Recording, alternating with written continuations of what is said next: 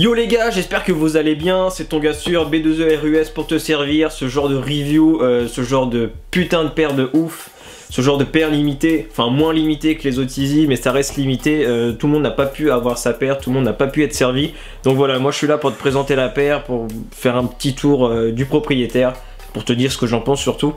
Alors tout d'abord, moi, j'aurais à dire que cette paire taille putain de petit, même vraiment très petit. Normalement, je fais 41 tiers. J'avais pris les breads en 41 tiers, c'était trop petit. Je suis passé sur la Cream White en 42, c'était nickel. Et celle-ci, je suis passé en 42. Limite, il m'aurait fallu du 42 2 tiers. Je trouve que la paire est super serrée. Je sais pas si c'est le zébré qui fait cet effet-là. Enfin, je pense pas quand même. Mais les paires sont super serrées. Après, ça dépend de ton pied, ça dépend de la forme de ton pied, de la longueur de ton pied. Mais moi, je te conseille de prendre plus 0,5 voire plus 1 parce que c'est vraiment très petit. Donc, pour moi, c'est l'un des coloris les plus beaux de la Yeezy Boost 350 V2. Au-dessus de la Zebra. Après, c'est mon avis personnel. Moi, j'adore le bleu. Ce petit bleu mentholé, comme dirait Ramfest. D'ailleurs, je vous invite à aller voir sa petite review. Il y a Jules Sneakers qui a fait aussi une review sur la Blue Tint et aussi Tonton Gibbs. Donc, je vous mets tout ça en description. Ça vous permet d'avoir un autre point de vue. En plus que du mien.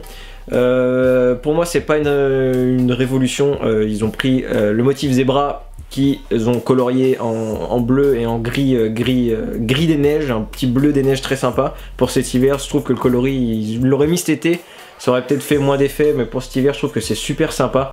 Un peu dur à matcher, mais ça passe avec un pantalon. Moi j'aime bien les mettre avec des joggers bleu marine, avec un petit jogging noir, avec un pantalon, un jean gris, ça peut passer. Après c'est vrai que les Yeezy avec les jeans, j'aime de moins en moins.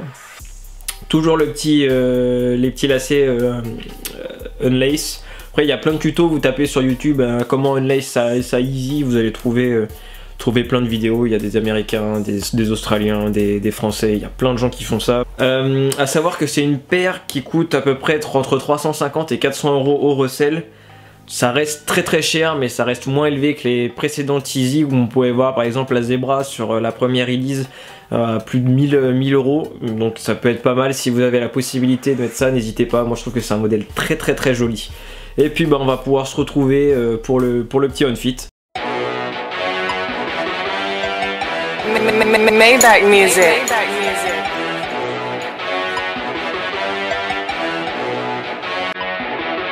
The hit Brainiac.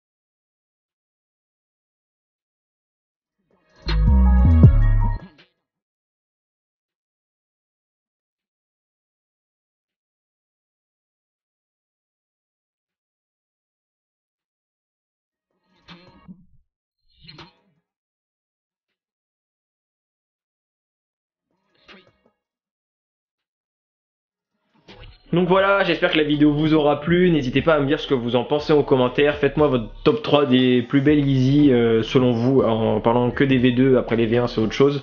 Mais dites-moi ce que vous en pensez. Je pense que l'année prochaine on va pouvoir retrouver la Yeezy avec, alors elle était un peu gris beige, avec le splay de travers d'après Yeezy Mafia. Je vous mettrai une petite photo pour ceux qui n'avaient pas vu.